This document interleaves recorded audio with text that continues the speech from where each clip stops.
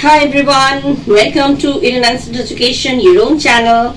And in this video, I am going to discuss with you some sentences, some words along with sentences. कुछ words मैं discuss करूंगी आप लोगों के साथ इस वीडियो में, जो जिसमें कुछ ऐसे वर्ड्स हैं जो आपकी डेली लाइफ में भी यूज होता है, जो आपकी बात को, आपके स्टेटमेंट को, आपकी कही हुई बात को स्टैंडर्ड बना देगा।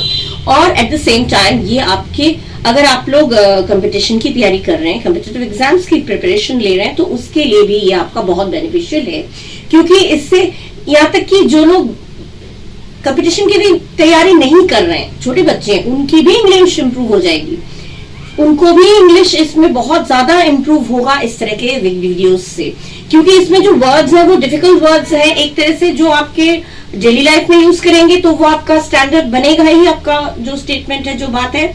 और साथ ही साथ अगर कॉम्पिटिटिव एग्जाम्स में इस तरह के सिनोनिम्स एंटोनिम्स पूछे जाते हैं, तो क्योंकि आपको इसकी मीनिंग मालूम है, क्योंकि मैं इसमें आपका मीनिंग बता दूंगी, तो मीनिंग अगर मालूम होगा तो जिसका मीनिंग मालूम है उसका आप सिनोनिम भी निकाल लेंगे और एंटोनिम भी निकाल लेंगे, मतलब दोनों चीजों में आपको हेल्पफुल होगा। पर्यायवाची, सिनोनिम माने पर्यायवाची, एंटोनिम माने विलोम शब्द। अगर पर्टिकुलर चीज की आपका मीनिंग मालूम है वर्ड का, तो आप उसका सिनोनिम एंटोनिम कुछ भी निकाल सकते हैं, सेलेक्ट कर सकते हैं, जो आपको ऑप्शन में आता है, ठीक है, एग्जाम्स में। तो डबल प्रॉफिट है इसमें आप लोगों का, डबल बेनिफिट है इसमें आप लोगों का, प्रॉफिट नहीं बेनिफिट है इसमें आप लोगों का। इंग्लिश इंप्रूव होगी और आपका कंपटीशन की तैयारी भी हो जाएगी, ठीक है। So let's start with the first word and that is torpid. Mentally और फिजिकली इनएक्टिव, यानी कि मानसिक या शारीरिक रूप से सुस्त, बेकार, डल, ठीक है, या तो फिजिकली या मेंटली, मतलब शारीरिक रूप से या तो बहुत ज्यादा काम किया है, शारीरिक काम किया है तो शरीर से मतलब डल हो गया, सुस्त हो गया, एकदम एग्जॉस्टेड, टायर्ड हो गया, या फिर मेंटल वर्क अगर किया है, मानसिक कुछ काम किया है, तो मेंटली वो बहुत ज्यादा टायर्ड हो गया। दिमाग भी तो थक जाता है, बहुत ज्यादा काम करते रहते हैं तो दिमाग थक जाता है। और बहुत ज्यादा फिजिकली अगर हम कोई काम करते हैं, शारीरिक काम, तो उसमें भी हम थक जाते हैं, इतना हो जाता है कि हम दिमाग काम नहीं कर रहा या शरीर काम नहीं कर रहा, शरीर से सुस्त। कुछ लोग तो होते ही है बाय हैबिट, उनका नेचर ही होता है हमेशा सुस्ती, हमेशा सुस्ती, अरे काम करना पड़ेगा, अरे पढ़ना पड़ेगा, सुस्ती हमेशा रहती है। तो उनके लिए भी जो काम करना नहीं चाहते, सुस्ती रहती है, उसको भी आप टॉपिक बोल सकते हैं। और कोई बहुत ज्यादा टायर्ड हो गया है, चाहे शारीरिक या मानसिक रूप से, फिजिकली या मेंटली, तो उसको भी आप टॉर्पिड कह सकते हैं। जो फिजिकली या मेंटली सुस्त रहता है उस पर्टिकुलर सिचुएशन में, उसको आप कह सकते हैं torpid. After such a long journey he looked torpid. इतनी लंबी जर्नी के बाद वो बड़ा टॉर्पिड दिख रहा था, माने उसका दिमाग, उसका शरीर ऐसा लग रहा था सुस्त हो गया। लॉन्ग जर्नी के बाद, लंबी यात्रा के बाद हम लोग क्या, हमारा हाथ पैर एकदम एग्जॉस्टेड हो जाता है, टायर्ड हो जाते हैं, थक चूर हो जाते हैं, और कुछ काम करने की क्षमता नहीं होती है, एबिलिटी नहीं होती है, तो ऐसे में हम उस वर्ड को यूज कर सकते हैं टॉर्पिड, टॉर्पिड, ठीक है। He looked torpid, वो देख के उसे लग रहा था वो शारीरिक रूप से बहुत सुस्त हो गया है। या लंबी बीमारी के बाद इंसान तुरंत एकदम एक्टिव नहीं हो जाता, इनएक्टिव रहता है, कुछ चीजों को काम करने में धीरे धीरे करता है, या स्लोली चलता है उस काम, कोई भी काम को, तो इनएक्टिव रहता है, चाहे शारीरिक रूप से या मानसिक रूप से वो इनएक्टिव रहता है, मैंने चुस्ती फुर्ती उसमें रहती नहीं है। वो लंबी बीमारी के कारण हो सकता है या किसी और वजह से भी हो सकता है, ठीक है। तो ये हो गया टॉर्पिड, बहुत सुंदर वर्ड है टॉर्पिड। अच्छा, टुडे यू लुक टॉर्पिड, आज तुम बहुत सुस्त लग रहे हो। शारीरिक रूप से कोई सुस्त है तो टुडे यू लुक, आज तुम बहुत थके हुए लग रहे हो, दिख रहे हो, तो today you look very torpid. कितना स्टाइलिश सेंटेंस है, ये वर्ड है, ठीक है। Next is नेविश। नेविश माने डिसऑनेस्ट, बेईमान, ठीक है। नेविश भी अच्छा लगता है सुनने में। Due to his knavish behavior, nobody trusts him even when he works honestly. कुछ लोगों का जो काम डिसऑनेस्टली, हमेशा बेईमानी ही करते हैं, वो लोग जब ईमानदारी से कोई काम करते हैं तो उसमें भी लोगों को भरोसा नहीं रहता है, लगता है कि पता नहीं इसमें भी कोई बेईमानी छुपी होगी, इसमें भी कोई छल छुपा होगा, ये कुछ तो ट्रिक होगा। मतलब एक जो बेईमानी बिहेवियर में किसी का अगर है, व्यवहार से ही वो बेईमान है, तो वो ईमानदारी से भी कोई काम करता है तो लोग उसको ट्रस्ट नहीं करते हैं, कहते हैं पता नहीं ईमानदारी से नहीं कर रहा होगा, हो सकता है इसमें भी कोई बेईमानी छिपी होगी। तो ये चीज है। तो उसके नेविश बिहेवियर के लिए उसकी बेईमानी वाली, उसका नेचर ही है, उसका बिहेवियर ही बेईमानी वाला है, और इसी वजह से कोई भी उसको ट्रस्ट नहीं करता जब वो ऑनेस्टली काम करता है तो भी। ठीक है, किसी चीज में पैसे लग रहे हैं तो उसने हर बार वो बेईमानी से ज्यादा पैसे बता देता है, लेकिन इसी तरह से अगर कभी उसने ईमानदारी से ऑनेस्टली किसी चीज का पैसा बोला कि इसका इतना है, तो लोग कहेंगे नहीं इसमें भी इसने अपना का जरूर प्रॉफिट कमाया होगा, तो उसको कोई ट्रस्ट नहीं करता भले ही वो ऑनेस्टली बोल रहा है उस चीज को। ठीक है, तो ये हो जाएगा नेविश माने डिसऑनेस्ट। नेविश सुनने में अच्छा लगता है, डिसऑनेस्ट सुनने में अच्छा नहीं लगता है, लेकिन नेविश ये कंपटीशन में अगर आपका आया तो सिनोनिम एंटोनिम करना, एंटोनिम होगा तो ऑनेस्ट कर दीजिएगा और सिनोनिम है तो डिसऑनेस्ट। ठीक है ना। Knavish nature, she has a knavish nature, she has a knavish behaviour, उसका जो बेईमानी, उसका व्यवहार में ही बेईमानी भरा हुआ है कूट कूट के, तो नेविश। ठीक है। अच्छा, next is capricious, sudden change of mood और बिहेवियर, माने अनअकाउंटेड, मतलब इसमें बिना वजह अचानक से मूड चेंज हो गया, बिहेवियर चेंज हो गया अचानक से, तुरंत अचानक बदलना। अचानक क्या बदलना, कभी मूड बदल गया अचानक, अभी हंस रहे थे अभी रूठ गए, या मूड बदल गया, अभी खुश थे अभी उदास हो गए, या अभी उदास थे अभी खुश हो गए। अचानक से जो सडन चेंज जो होता है, मूड बदलना या व्यवहार बदलना, उसको हम कहते हैं एक वर्ड में कैप्रिशियस।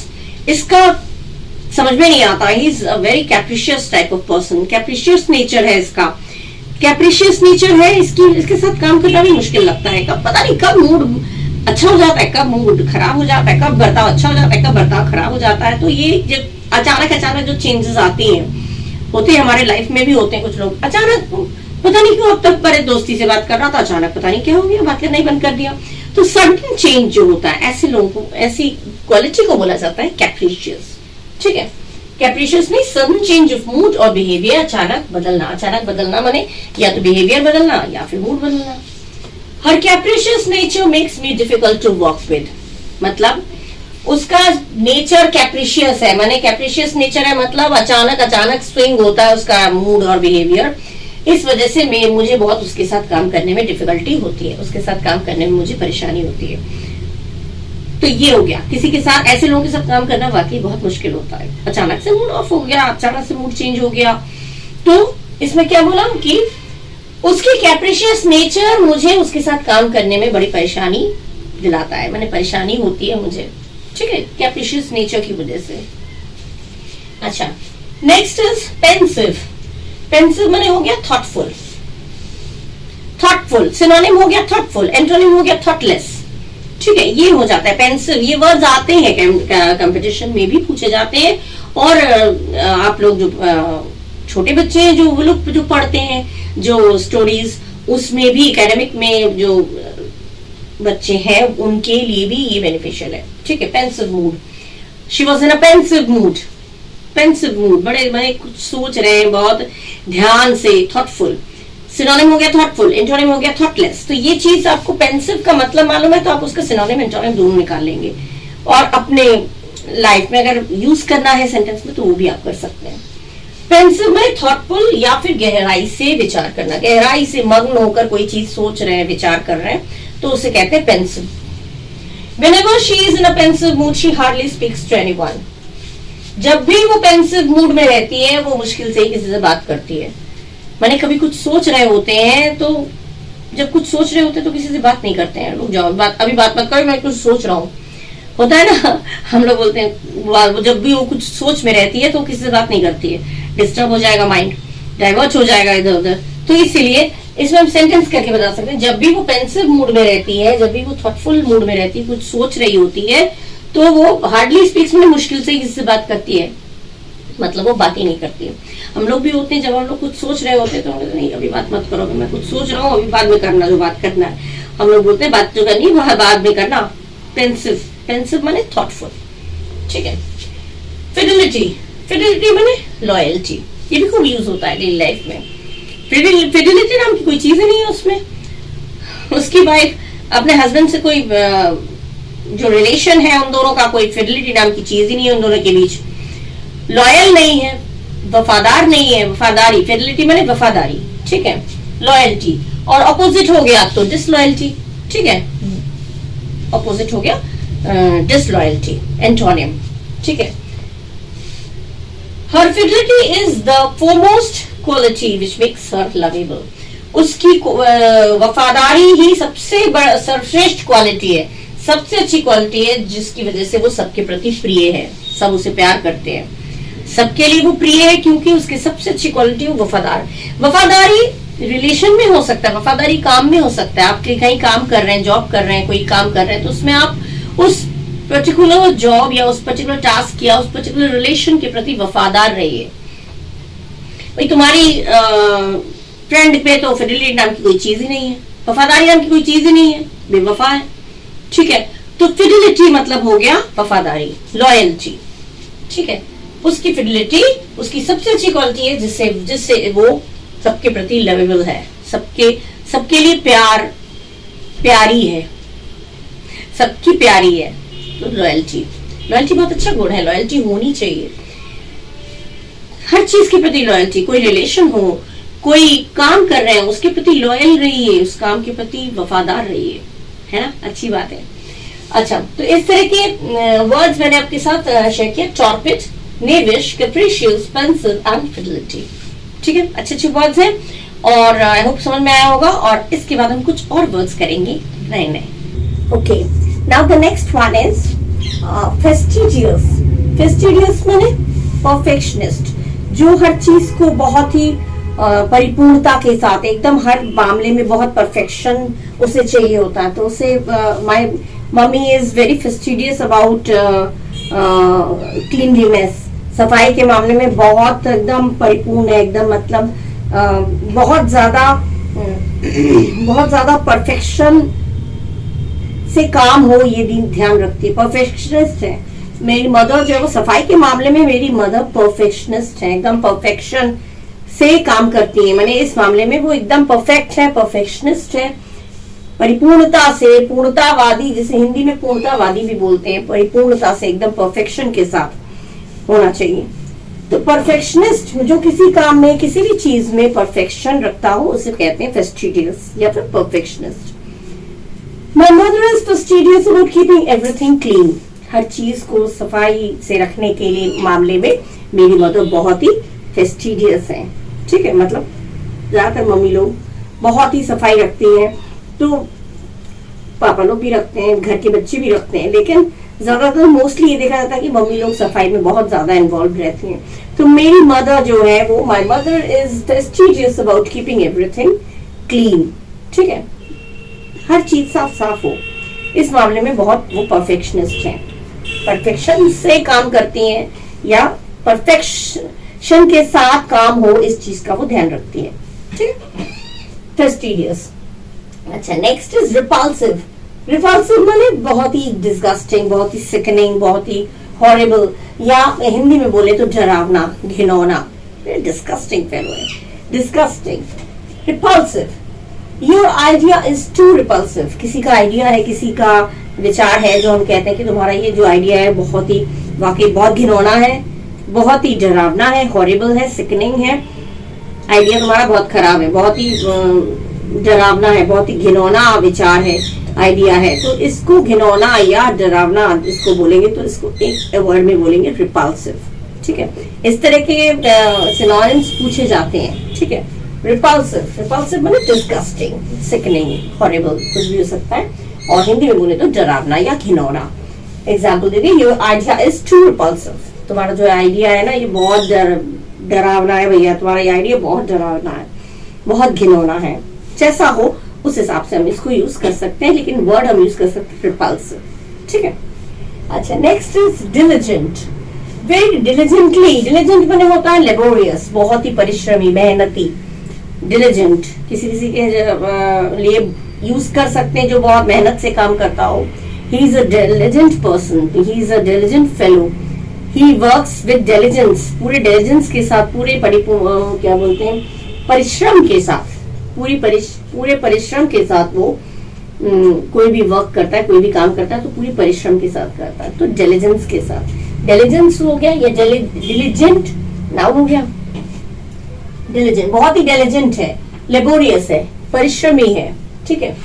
अब डिलिजेंट का अगर सिनोनिम आया आप कह सकते हैं लेबोरियस, बहुत ही लेबोरियस है, परिश्रमी है। My father is awarded with a special prize for his diligence. मेरे पापा को अपनी डिलिजेंस के लिए, अपनी कठोर परिश्रम के लिए, अपनी कर्मठता के लिए, जो भी बोल सकते हैं, उसके लिए मेरे पापा को एक स्पेशल प्राइज दिया गया है, ठीक है। तो diligence, my father is awarded with a special prize for his diligence. Diligence, ठीक है। Next is naughty. नॉटी एक होता है NAUGHTY, नॉटी। नॉटी को हो जाता है शरारती, लेकिन यहाँ पे KNOTTY नॉटी बने हो गया डिफिकल्ट, बहुत ही कॉम्प्लिकेटेड, बहुत ही मुश्किल, पेचीदा। नॉटी, KNOTTY नॉटी माने कॉम्प्लिकेटेड। और अगर इसका एंटोनिम करेंगे तो सिंपल, बहुत ही सिंपल है, बहुत ही सीधा है, इजी है। और कॉम्प्लिकेटेड में हो गया जटिल, एकदम समझ में नहीं आ रहा है, पजल्ड है वो एकदम। तो नॉटी माने हो गया मुश्किल या फिर बहुत ही जटिल, कॉम्प्लिकेटेड, ठीक है। हिंदी में बोले तो मुश्किल, ठीक है। I can deal with naughty problems easily and efficiently. अब किसी को अपने ऊपर बहुत ही कॉन्फिडेंस है तो वो कह सकता है कि मैं कोई भी मुश्किल प्रॉब्लम बहुत आसानी से और बहुत ही एफिशिएंटली, बहुत ही काबिलियत के साथ डील कर लेता हूँ, कोई भी प्रॉब्लम हो। किसी किसी में ये क्वालिटी होती है कि किसी तरह की भी प्रॉब्लम हो वो बड़ी आसानी से और बड़े एफिशिएंटली, स्किलफुली, बहुत ही काबिलियत के साथ वो उस प्रॉब्लम को डील कर लेते हैं, सॉल्व कर लेते हैं, जो उसका सामना कर लेते हैं।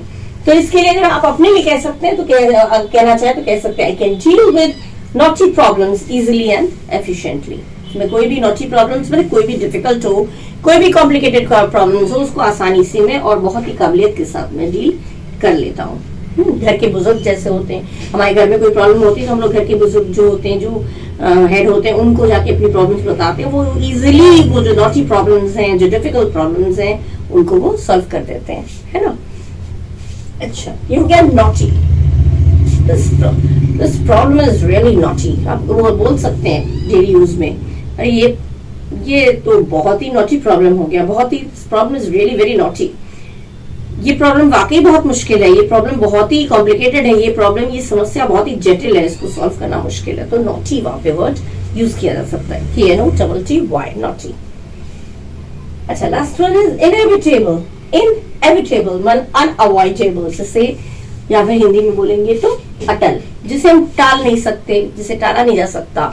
डेथ इज इनएविटेबल, डेथ टाल नहीं सकते, हर किसी को यह पैदा हुआ है तो उसका डेथ अनिवार्य है, निश्चित है। तो अनिवार्य कह सकते हैं, निश्चित कह सकते हैं, अटल कह सकते हैं। इनएविटेबल ऐसी चीज जो टाला ना जा सके, जिसे हम अवॉइड ना कर सके, ठीक है। This incident was really inevitable. ये घटना वाकई इनएविटेबल था, ये घटना घटने से कोई रोक नहीं सकता था।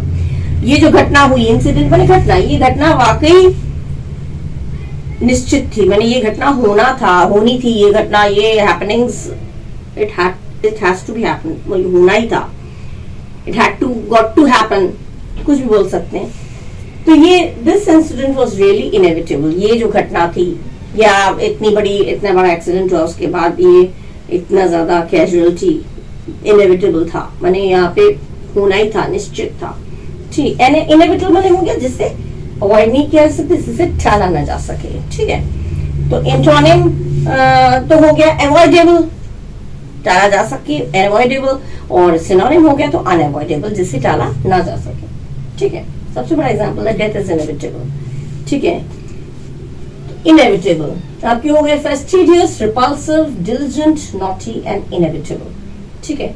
ये सब वर्ड्स जो है बहुत ही यूज होते हैं हम लोग डेली लाइफ में। इन वर्ड्स को यूज करेंगे, खुद भी यूज करिए, दूसरों को भी सिखाइए, इससे आपका जो स्पीच है, जो भी आप बात करते हैं, वो काफी स्टैंडर्ड हो जाएगा। और अगर आप एग्जाम्स की प्रिपरेशन ले रहे हैं, कॉम्पिटिटिव एग्जाम्स की, तो उसके लिए भी आपके लिए बहुत ही ज्यादा बेनिफिशियल है। इन वर्ड्स को आप पढ़िएगा, और इस तरह की वर्ड्स में और दूंगी, और ये स्टाइलिश वर्ड्स भी हैं। ये problem is very naughty, naughty, my problem is very naughty, nobody can solve this, मेरी प्रॉब्लम बहुत ही जटिल है, कोई सॉल्व नहीं कर सकता, नॉटी यूज कर सकते हैं, ठीक है। ही इज अ डिलिजेंट फेलो। वाकई ये बहुत ही डिलिजेंट है, बहुत ही लेबोरियस, बहुत ही मेहनती है, परिश्रमी है। किसी की तारीफ करने के लिए, आपस में बात करने के लिए, you are really very diligent, तुम वाकई बहुत मेहनती हो, तो आप कह सकते हैं डिलिजेंट। ये चीजें नॉर्मली यूज होता है और ऐसे वर्ड्स यूज होते हैं, ठीक है, लाइफ में। इनको यूज करिए और आगे के वीडियो में और ऐसे ही बनाऊंगी, आपके लिए लाऊंगी। आप इसको पढ़िएगा और इसको भी पढ़िएगा खूब अच्छे से, शेयर करिएगा, लाइक करिएगा अच्छा लगे तो। और अगले वीडियो तक के लिए bye bye and thank you.